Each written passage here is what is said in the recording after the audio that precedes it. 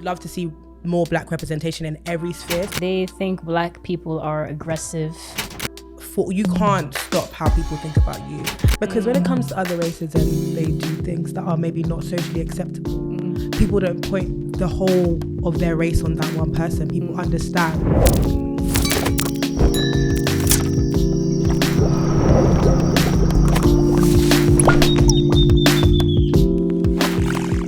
Welcome to Eagle Conversations. I'm Michaela Taylor. I'm an intern working with Eagle London, originally from the United States. In today's episodes, we'll be talking about Black history and why it's important and why it should be celebrated. I want to thank you for being here. Thank you for having me. And I would like you to tell everyone, introduce yourself, who you are, what you do, and why you want to be part of this conversation. Sure. Thank you for having me, first of all.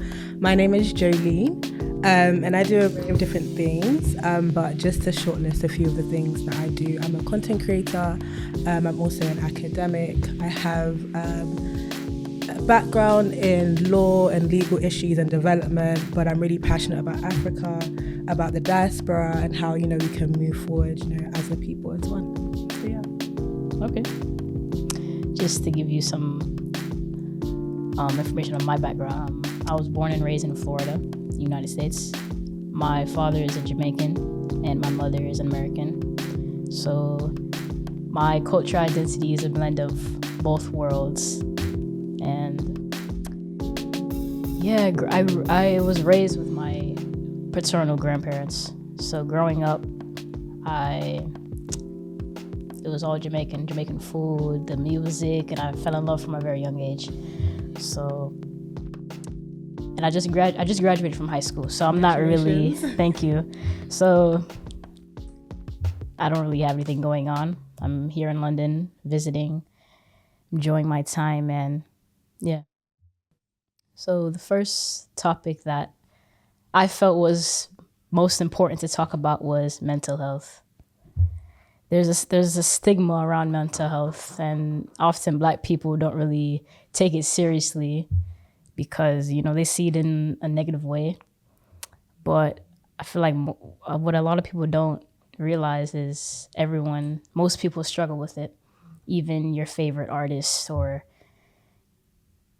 actor or whatever. One thing that when I was researching about mental health, you know who Martin Luther King is? He struggled with anxiety and depression. And when I read about that, I was like, never knew that. You would have never thought because, he never really mentioned it. And he also never got treatment for it because he didn't really see it as a big thing. And oftentimes, even Black people seeking treatment, in the US, there's only 25% of Black Americans that seek it. And compared to 40% white Americans that seek it. And I feel like it should be a very important thing. And oftentimes I realize that you go to therapy, you go see a therapist, and the big thing is it's most likely a white person. So oftentimes, Black people don't want to go to therapy because they feel as the white therapist isn't going to understand their culture and their background, which is understandable. Yeah, I tried therapy, and I had a white therapist, and I feel like she didn't really understand what I was going through. Like, even if I'm talking about racism, I feel like it's uncomfortable. Yeah. So like I said, I understand why Black people wouldn't want to even think about mental health.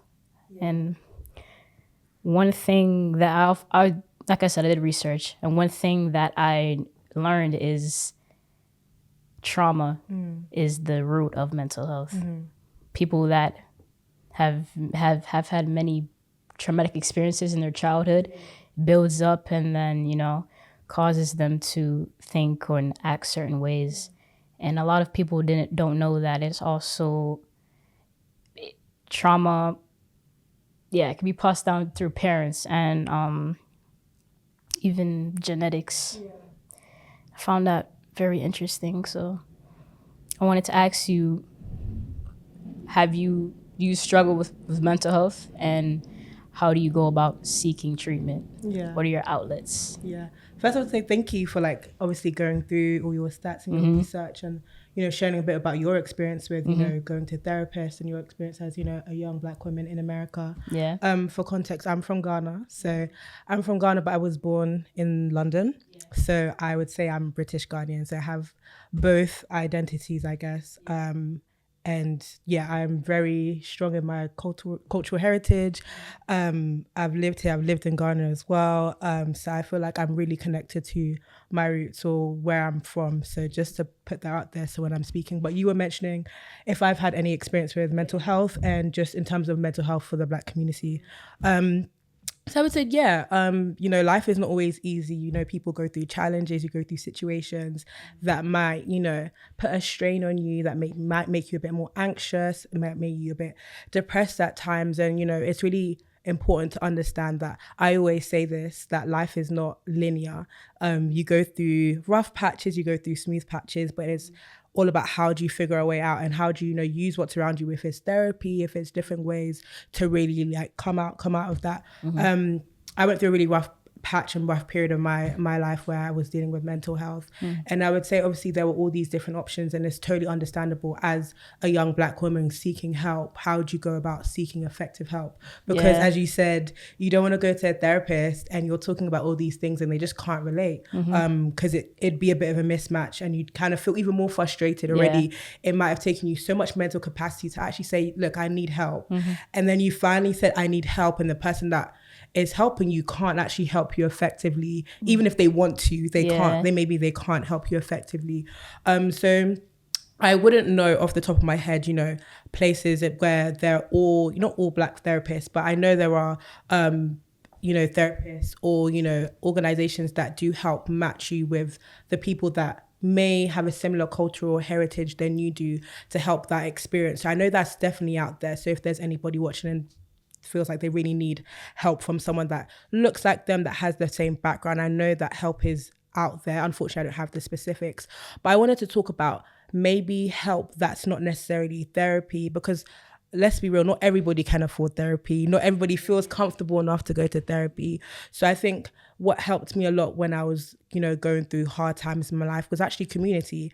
And I think one thing that Black people do well, or one thing that the diaspora do well, I'm African, one thing that African people do well is community. You always have, coming from my background, you always have an auntie, you always have an uncle, a cousin, even if it's a distant cousin, an auntie who is not even related to you, but they're still there. And I can tell from your upbringing, you had a lot of family around you. You had, your grandparents, all that kind of, togetherness. And if maybe you're not comfortable enough to actually go and seek professional help, you could start with someone that you really trust. If that's a friend, if that's an auntie, if that's a sibling, or someone that may be able to help you in that situation, and just be like, hey, I'm feeling this type of way, would you be able to help me? If that's even just helping to listen to what you have to say, helping to actually guide you to a therapy, or maybe go to you for a therapy session, or figure out in that moment when I'm having a mental health crisis, how do I go about it? But I think those are the stepping stones that we can do to actually reach help. And just because I'm saying and I'm talking about community doesn't mean that we should deny people seeking professional help, because that's also really important. That also needs to be done as well. But I think that's also something that has really helped me when I was going through tough times in life, was community. Yeah, I agree. I will often tell my younger siblings or my friends, you don't have to go to a professional therapist to talk about your issues. You can, I always tell my friends, I'm an outlet. You can talk to me. Our parents are very open about mental health. You don't always have to go seek professional help. You have people around you, and even if you don't, there's a lot of people who offer help. Yeah. Do you believe that mental health is as equal as physical, emotional, or do you see it as a separate thing? I think we should look at things in a holistic way. Like, you can't have one without the other. I don't think you can have good emotional health without good mental health. physical health without, I think everything is intertwined. So you can't look at one thing and, forget the other thing. It all comes intertwined with each other. So I feel like we should all look at things, equally. And there may be a point in your life where you need to focus on your mental health more than you need to focus on your emotional health. But I think everything feeds into each other and we shouldn't neglect one for the other. So yeah. I agree. The last topic I wanted to talk about is the power of representation in the Black community. Oftentimes there's not a lot, and that causes Black people to feel like they're not special, or they don't feel like they belong. Yeah. It impacts their, just picking off of mental health, it impacts their emotional just well-being. Looking back when I was learning about Black history in school, they often talked about Martin Luther and Rosa Parks, and those were some of our many representations of Black people. They talked about their achievements and also their personal life and what they've been through. And I wanted to ask you, who are some people that you look up to, who you're inspired by in the Black community, even if it's an artist, an actor? Doesn't have to be like a civil rights leader. Your parents, anyone? Okay, I'm like, when you were talking, I was like, oh my gosh, my brain was ticking, because I'm like, oh, like who do I really look up to, and like who are the people that I think, for like Black people and African people and, all that we encompass. So I'm going to say a few, if that's okay. That's fine. I think when I was younger, I used to have all these different role models, and I don't know, I woke up one day and I just had like a realization. I was like, it's so great to like have role models that, have done really big things and everybody knows them. But I was like, some of my role models should be people that I know, because I know them and I know their everyday life and how, their characters are. And I just know them as human beings. Not to say that the people that I admire for what they are, just because I don't know them, they're not good people, because I can't vet them. That's not what I'm saying. But I thought it's always good to have role models that I can see how they get on with their daily life. So I'd say the first people that I would say my role models are my parents. I think they are incredible people. I really do admire what they have done in their life. And I think there's loads of different things I admire about them, but I do admire their hearts and how they have a love for people. And I think that also ties into my love and like my what's the word? Yeah, my love for community. I think it was fostered through them, because they always had our doors open, always willing to bring people in and just, have a great time. So I'd say definitely my parents.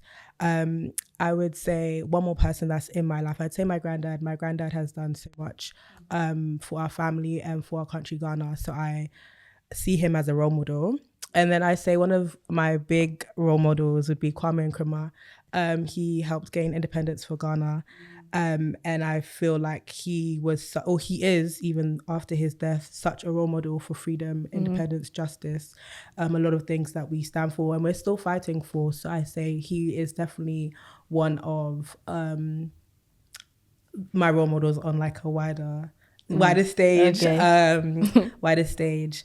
I would say I have a lot more, but my brain is low-key going blank. Yeah. So I'm trying to rack my brain to think about. But off the top of my head, I would say those are some role models that, I have in my life. I'm literally still trying to think before I like do my roundup of all my role models. There's definitely more, but definitely those are some of my role models in terms of representation. Oh my gosh, no, I cannot forget Kofi Annan. Sorry, the first African Secretary General of the United Nations. He is someone that I think has done amazing work and has really pushed in terms of the international relations and development and diplomacy space. To see an African so prominent in that space is just amazing and so inspiring. So even after his death, I think his legacy still lives on and will forever live on. So yeah.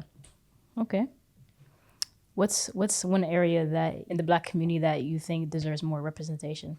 I think everywhere. First of all, I think it's always good to see people that look like you. It's always good to see people that have gone ahead of you, and Black people are in everything. They're in the creative art, they're in everything I can list on. So I would love to see more Black representation in every sphere, so that what young, old, middle-aged Black people are doing, they can find themselves in that. But I would really love to see more. There is a lot already, but I would like to see a lot more representation in business and the entrepreneur space. I think Black people are so innovative and are so creative in their inventions and what they think of. So I would love to see a lot of, entrepreneurs, not just from like the diaspora in London, but on the continent as well. And I know we have so many already, so that one it's a no-brainer. I know there's so many, but I would love to see even more, and I'd love to see how they're able to connect with those who want to actually follow in that path and follow in that route, and to help bring out all the young entrepreneurs that are ready to like take over the world. So I would love to see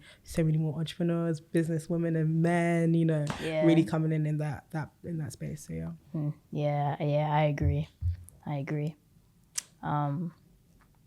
often feel like there are a lot of stereotypes in the Black community, and that often has us timid to branch out and really make our voice heard. So doing some research, I wanted to see some of the stereotypes among us, what we've been described as. And for Black men, there were plenty drug dealers, subway muggers, uneducated, and the one that stood out was athletic. Yeah, because when I first saw it, I was like, athletic, isn't that a good thing? Yeah. But when we really think about it, they think Black people are aggressive and loud and just violent. So when I finally thought about athletic, someone athletic is someone with strength, endurance, power. And thinking about it, of course, a Black man would be described as that, because when we look back on all we've been through, we had to have endurance and power. And it's just in our blood to be like that. So I wanted to share an experience that I had.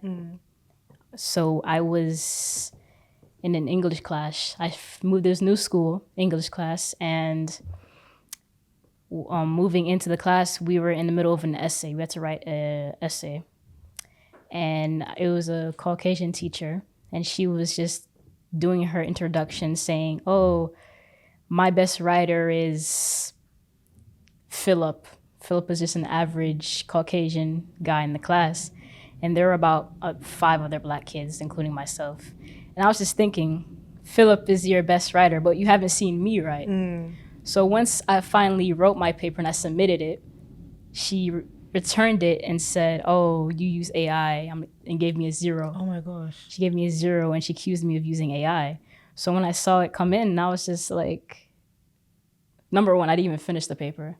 Wow, look at that. I didn't even finish the paper. So if I use AI, wouldn't I just finish it? Yeah, that makes sense. So I went to her the next day in class and I was like, "Miss, I saw that you said I use AI. Can you show me where exactly do you see it?" Because she puts the essays through a website. So she pulls it up and it doesn't say anything. And I'm like, well, she said, "Oh, I apologize. I must misunderstanding."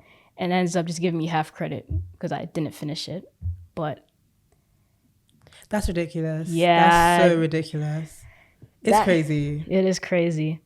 But yeah, that's my experience. That my one, I'm blessed to say I haven't had many, but oftentimes people aren't as verbal with it. Yeah. You get little signs, but yeah, microaggression. Yeah. So I wanted to ask you, have you had any experiences with stereotypes or anything like that? Unfortunately, yes. I'm just trying to pick which one. I think this was a while back whilst I was in university. I was working in a place in the city, and I think it was like my second day there. So small talk, finding out like where you're from, etc. So I must have told the lady, oh, I'm from Ghana. And she's like, oh, my daughter's best friend's from Ghana, blah, blah, blah. Okay, cool, whatever, that's fine. And then she was like, oh, but like, where do you live in London? I was like, I live in South London. And then she was like, oh, must be a lot of stabbings in your area. You must witness a lot of violence. And I was just like, that's so crazy to say and assume, because I live in South London and I guess that I would experience so much violence and so much stabbings. I just thought that was very out of pocket for her to say, because what would make you assume that? Just like, what would you say this to anybody else that's not my skin color? So that was a crazy experience for me. And I actually want to highlight something else that happened to me. I think for educational purposes as well, because I don't think this should be left out. I had a meeting with someone from a very reputable organization, and I was talking about somebody. So I mentioned the person's name, and the person, so I'm from Ghana, but the person had a Nigerian name, I believe. And the person on the other line asked, she was saying the name, sorry. She was saying the Nigerian name. I hadn't said it. And then she asked me, oh, is that how you say it? But why would you assume I would know how to say the name? I'm not even Nigerian. So the thing of bunching all Black people together, you haven't even asked my ethnicity, my nationality to know if I'm Nigerian or not. You yourself, do you even know where that name comes from? Do you know the ethnicity of that person? You just assume that I'm Black, so I should know how the name is pronounced. So I think people should also be very careful, and they should educate themselves on how they speak to Black people, because you shouldn't assume that because I'm Black, I would know how to answer that last name. That could be seen as quite offensive, because I do not know. And it would be injustice for me to tell you if you're pronouncing it correct or not, because I'm not Nigerian, so I cannot even say if it's pronounced correctly. And also, I think it just goes so much deeper, because there's Nigeria, but there's like Yoruba, there's Ibo, there's all these different, so I could even still be Nigerian and not know, because the last name could be Ibo and I could be Yoruba. So I think people should be more sensitive when they're talking to Black people, and just educate themselves a bit on how to, navigate and, speak to Black people about, where they come from and stuff. So yeah. Yeah, I agree. Oftentimes in school, teachers would hear me talk and they will be surprised of the vocabulary I have, because Black people are uneducated. Yeah. And do you mind me asking, so how did you go to a predominantly white school, or like how was it mixed? Or I switched schools a lot through my childhood. School that I graduated from, it was a mix. It was a mix. So yeah, my teachers were surprised by my vocabulary and just the way I dress. Because growing up in a Jamaican household, you couldn't dress crazy. Yeah. And even looking back on how I was raised, I'm very thankful that my parents raised me to be even just the basics, respectful. Yeah. Just to have manners, because oftentimes I look around at other Black people and I don't want to say that they'll make us look bad, but that's really interesting you say that, because